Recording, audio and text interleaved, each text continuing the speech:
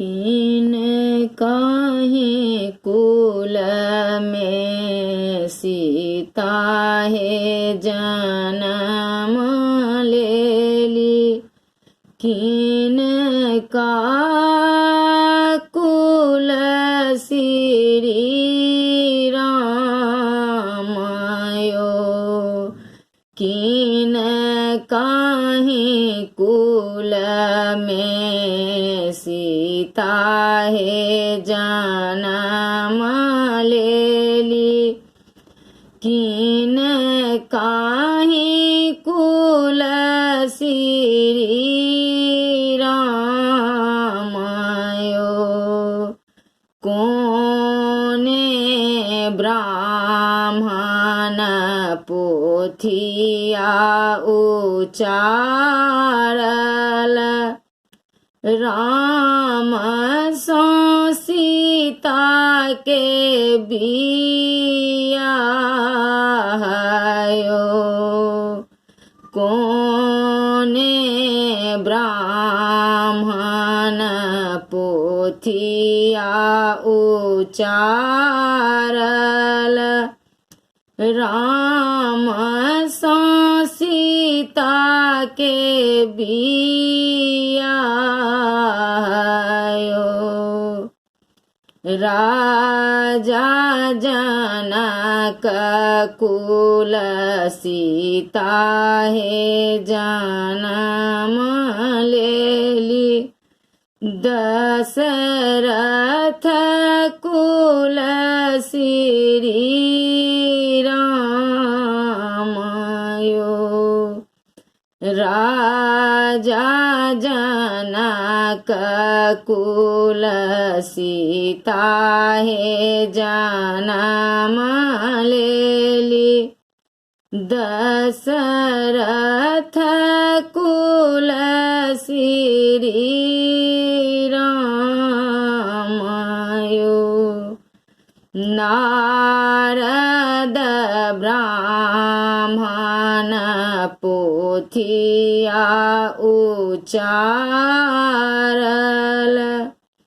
राम सो सीता के बियायो।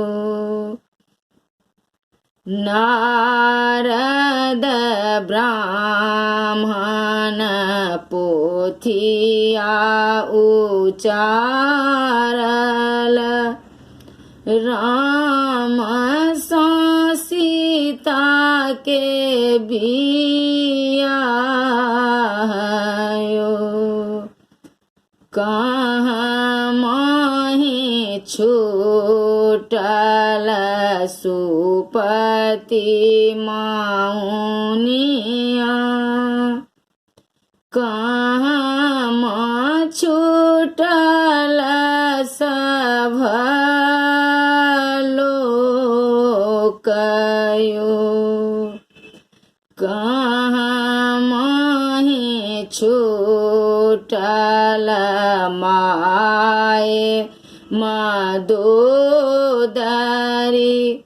जिनी का नयन दोनों नोरयो।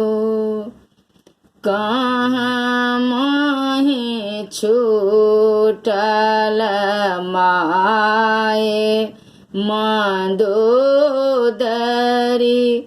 जिनी का नयन दोनों नोरयो।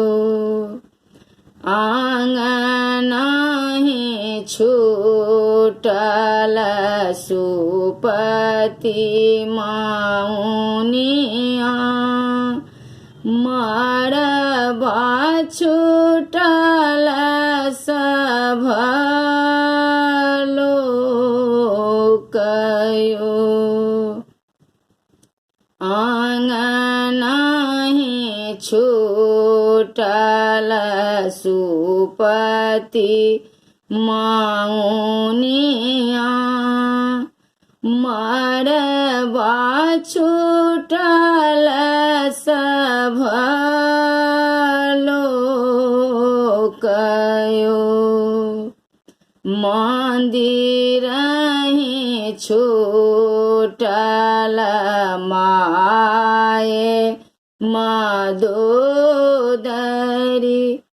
जिनी कानयन दुनो नोरयो मंदिरहि छूटल माये मदोदरी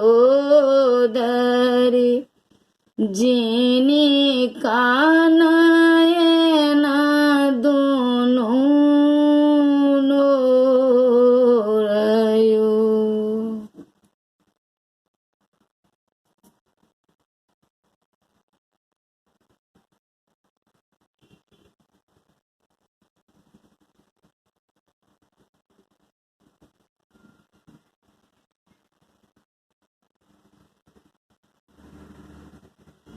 Bingo.